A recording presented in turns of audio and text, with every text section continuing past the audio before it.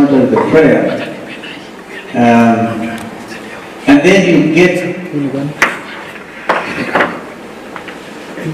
lack of conviction leading you.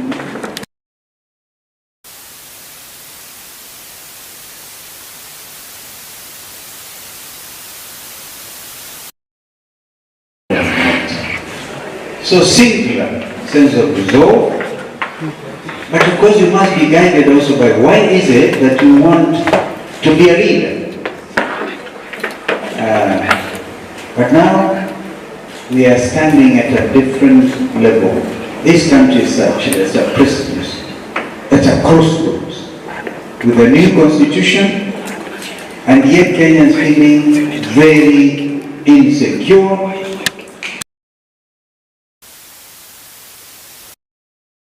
From IBC, I hope IBC does not restrict the new membership, the new electoral register to only 6 million extra.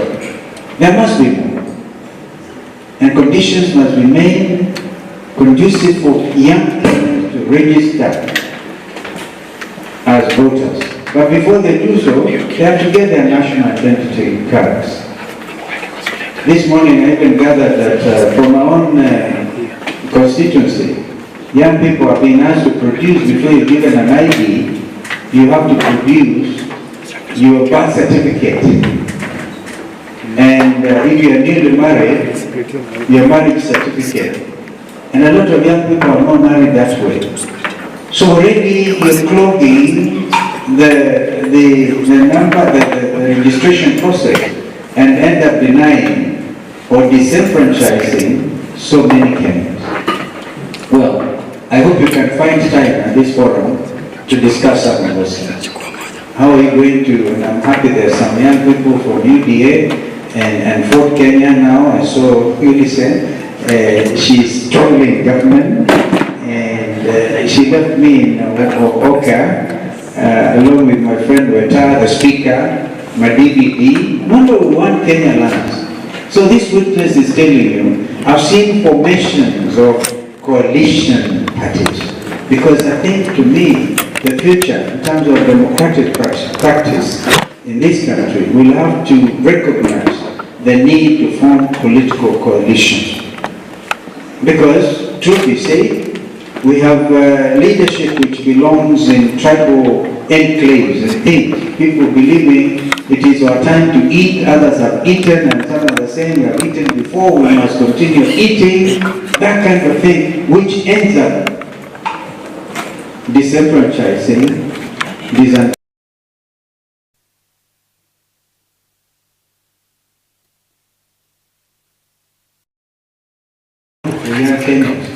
like our marathon runners and our football team, which yesterday, the day before, redeemed the image by defeating Seychelles 5-1. Our spirits were lifted. Yeah. During my younger days as a member of parliament, I used to play soccer. Such a star player at number 9. Our goalkeeper was the late Bob Robert Oko. Right? I'm just telling you that you are going to be riding on the shoulders of men and women who started this thing rolling, called the nation state of Kenya. And they will tell you, leadership belongs to you. You are future leaders. The reality of a Gen Z revolution is that you are leaders today. I think you need to clap for yourself. Just today. And this is the recognition of the fact that young Kenyans saying, please don't mess up our future anymore, decided to go to the streets in exercise of Article 37 of our country's constitution. Yes, sir. Oh, thank you. This guy is bringing me my talking notes. Clap for him. It's too late. It's too late. It must have been sent by Paloma Gatabaki. So after this, they'll be wondering, what did this party leader do? What did he say? Well, it's all in my mind because I'm supposed to give you that experience and to be able to bring you up to speed. I don't know how many of you will have watched my interview, a very long interview on one of the leading podcasts, IKO. How many of you watched that? Because if you did, then you will have taken, honestly, there are things I must have said there that you never heard of. Because we want to bring you up to speed. And so that you can take it up from there. We are not stones, we will not be there forever. I feel myself that my kind of generation has the responsibility to put this country together again, imbuing in the nationhood, in our nationhood, the spirit of constitutionalism. And the rule of law, of course that is the rule of law, and then take it over from there, because I must at some stage enjoy company of my grandchildren going forward. And so you guys have some work to do. But you're coming from various political formations. First of all, can you integrate and understand that you will differ politically, strongly, but at the end of the day, like lawyers, my profession, Cyprian is here and others, we argue in court and argue, you think these people are enemies, but from there we go and have coffee together. That should be the spirit of our multi-party democracy. So that whether you are in UDA, in ODM, in Wiper Patriotic Front, of course, if I had the opportunity, looking at you here, I would do some serious engagement. Register all of you as Wiper Patriotic Front members, okay? And then give it over to you. Tell you, guys, take it, patriotism. Remember, this is why Wiper Patriotic Front has to change and to rebrand. Because you have to take into account the feelings and the aspirations of the young Kenyans, the Gen Zs. They were armed with a bottle of water, their national flag, and their smartphones. And what did they get in return? They were killed, they were maimed. And that's why I ended up saying, wait a minute, no, you're taking the joke too far. You cannot arrest young Kenyans who are exercising their constitutional freedoms under Article 37 and then charge them under the Prevention of Terrorism Act and take them near maximum prison in committee. That's where the anti-terrorism court is, next to it. And to put in you maximum fear that you will never again speak your mind, that you never will be living under fear that if you exercise your constitutional rights, you end up in committee. But young Kenyans are beyond that. In fact, they are so amazingly fixated with the idea of liberating their country that no amount of intimidation will deter them. And of course, they're also riding on the shoulders of younger legislators. People like Caleb Atemi here, Dan Maanzo and others, Babu Wino. I see Babu is supposed to be speaking. I don't know where he is. Edwin Sifuna. Fearless young leaders. And they are not even proclaiming which political parties they belong to. They are saying we are young Kenyan leaders. We want this country to be better than, and of course for some of us believe we must leave it better than we found it. So, our sponsors for this event, we remain ever grateful. Don't think these are fewer. These are very solid minds. And I was trying to see whether they are gender sensitive, because then I would declare the meeting unconstitutional. And I see they are. The mix is good. But I want to urge you then, you must resolve to remain vigilant, to be able to say no to corruption. Somebody told us this morning, now this thing about corruption has hit the glass ceiling, went beyond. It is now a way of life for Kenya. You must refuse that. Because how can corruption be a way of life in Kenya? There are things that must happen. Because if we say no to corruption in real time, we'll be able to give our young Kenyans free secondary education.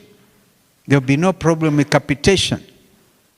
It's the thieving, it's the thieving ability of our leadership that has astounded the nation. and also astounded the region. At a time when we should be reaping from the youth budge, what the world has recognized as a youth budge. You do not have this big problem in Europe. Europe is getting older. But Africa is bouncing. Not even COVID. COVID could not decimate our populations. We are coming up. And these are young people. Some of them benefited from President Kibaki's program on free primary education. By the way, I was Kibaki's vice president. So a little credit should come my way.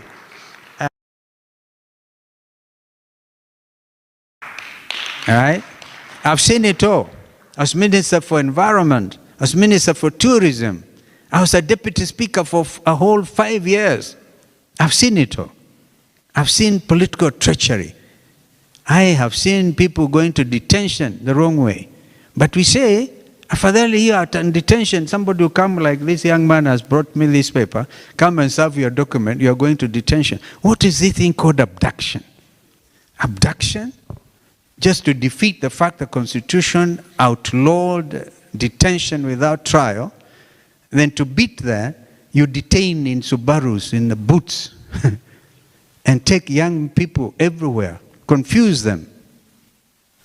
Now, we must stand up. The time to stand up, young Kenyans, is now. From across the political divide.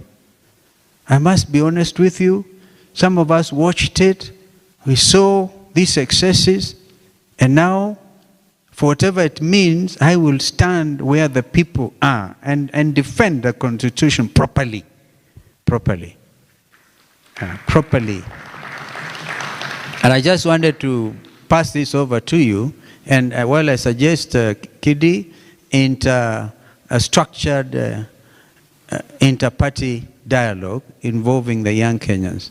Now, my friend Raila Odinga, whom I've had the honor to deputize 10 years, and then support him another 5 years unconditionally, hoping he was going to become the leader, because I thought Raila Odinga and I shared basic commitment to this country.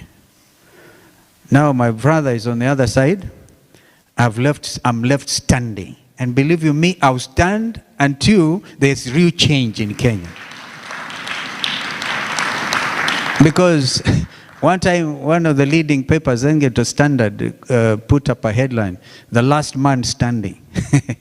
The last man standing. Have you seen the paper saying, "The last man standing"? I said, yes, somebody has to stand. Because if we all now say yes, sir, and get compromised beyond recognition, what happens to the future of this country? So we must dig in.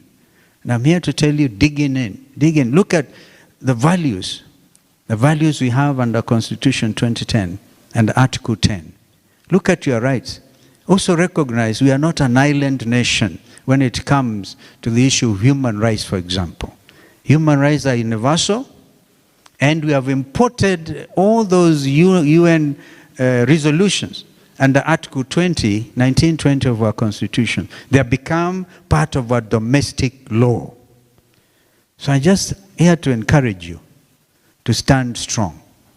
And believe you me, we'll be with you, whether or not you are Wiper Patriotic Front or Democratic Party or UDA, because I can tell you, a time is coming when Kenyans are going to say, wait. It cannot be any other way than change.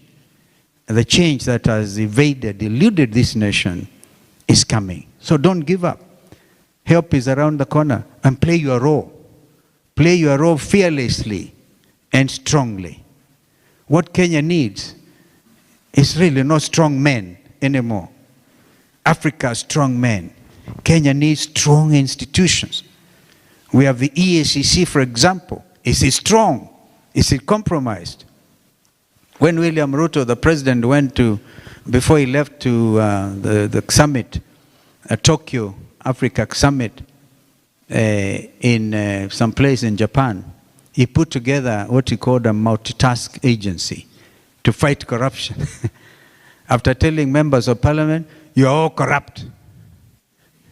And then members of parliament, I'm told they did not eat lunch at that KCB retreat. They all left. He said, man, how can you tell us corrupt? And it is you who sends this corruption money to get us to impeach your deputy president, to impeach whatever, and the numbers are known. How can you call us corrupt?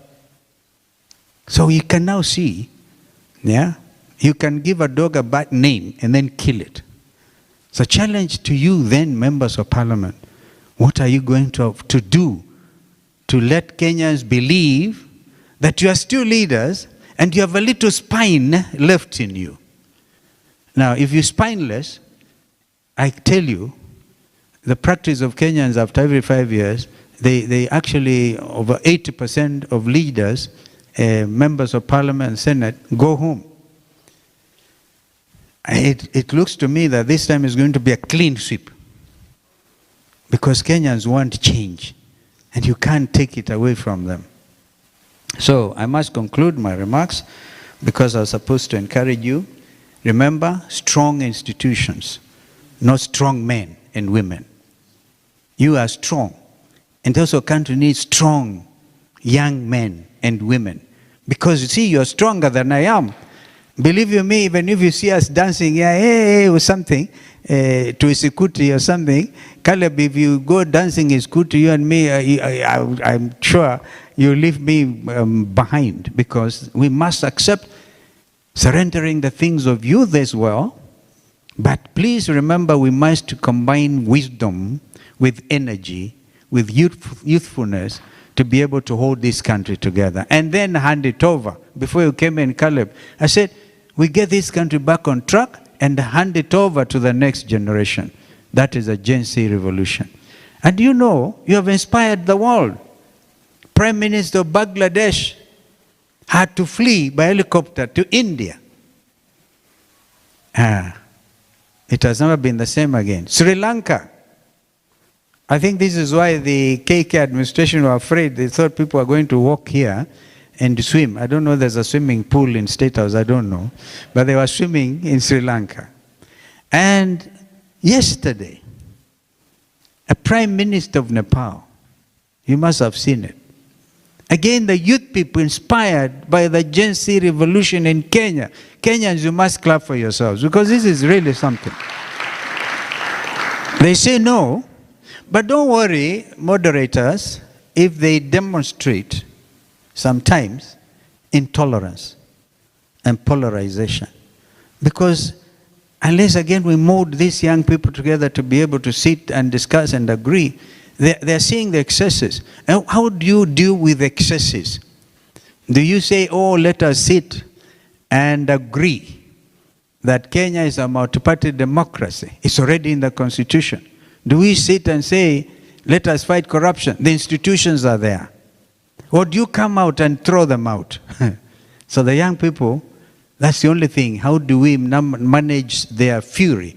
Believe you me, even as we speak, the anger that was demonstrated on the 25th of June, 2025, when the young people demonstrated against high cost, high taxation. This country is the most overtaxed nation anywhere in the world.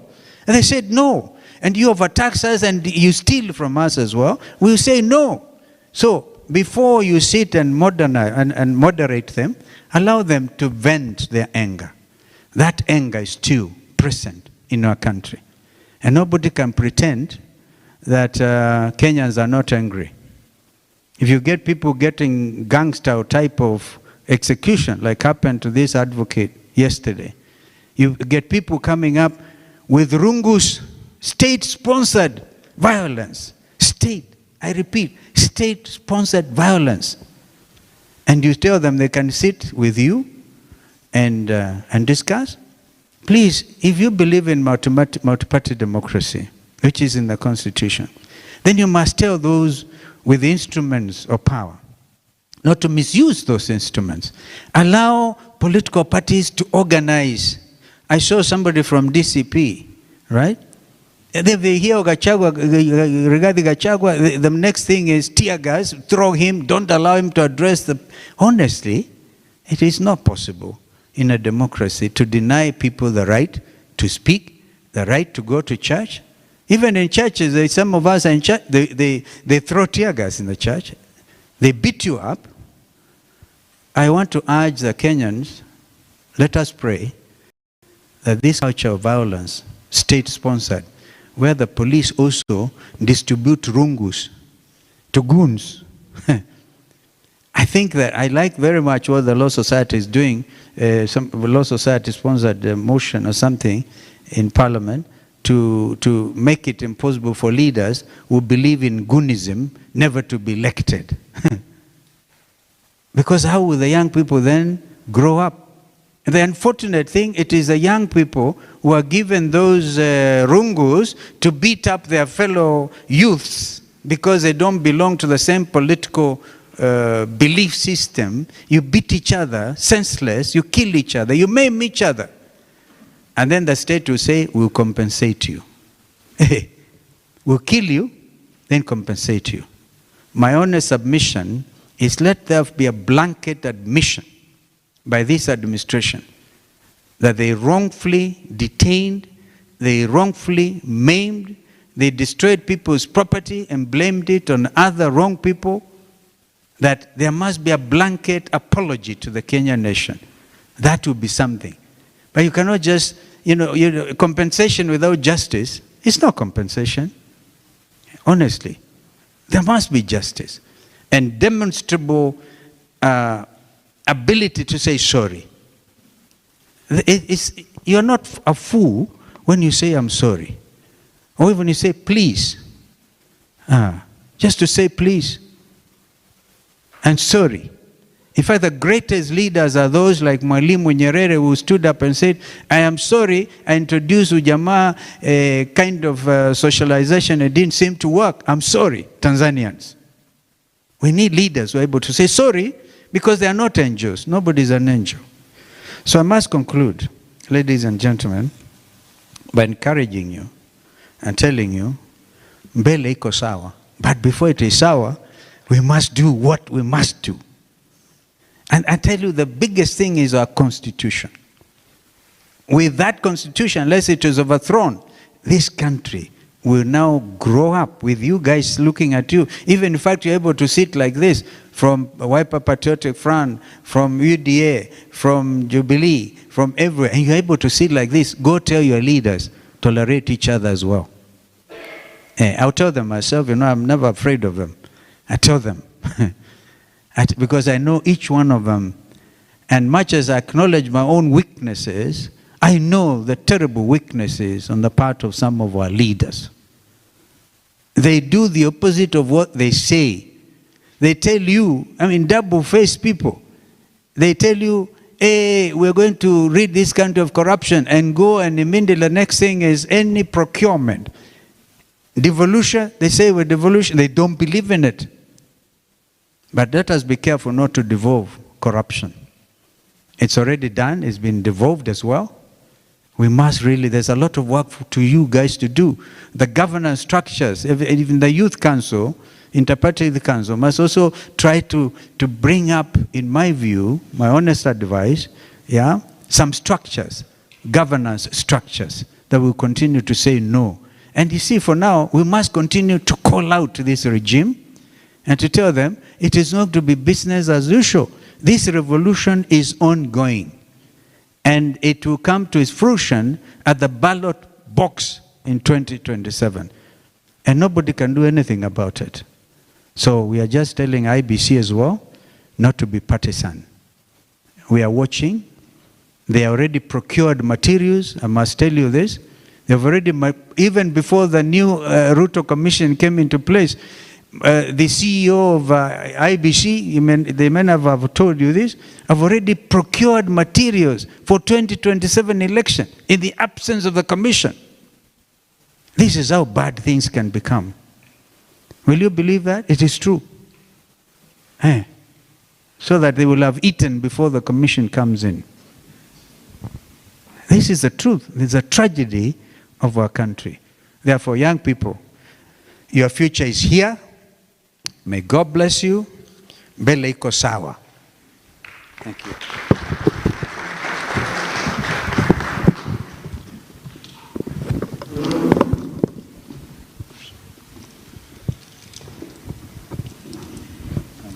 Thank you so much. Thank you. Well done. Yeah, thank you.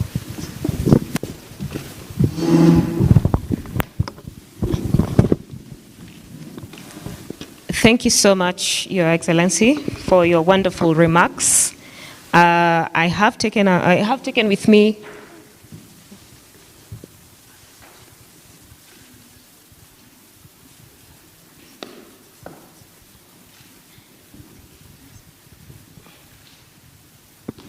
sorry about that. One of my biggest takeaways from your remarks, Your Excellency, is the need for Inter-Parties Youth Forum to improve. We have been doing it, creation of structures of governance, and especially when it comes to devolution, something I also stated in my opening remarks, that one of the things I don't see young people do enough is monitor what is happening at county governments, and that is where the hemorrhage is happening. That is where the theft is predominant. So I think we're going to work on that as well. Creation or bolstering of strong institutions across the board, and also the need for tolerance of our leaders across the political divide. If the Inter-Parties Youth Forum is able, and we've done remarkably in bringing divergent opinions, and I suppose that is why polarization is close to what we are trying to achieve as the Inter-Parties Youth Forum. Tolerance is a great aspect of what we are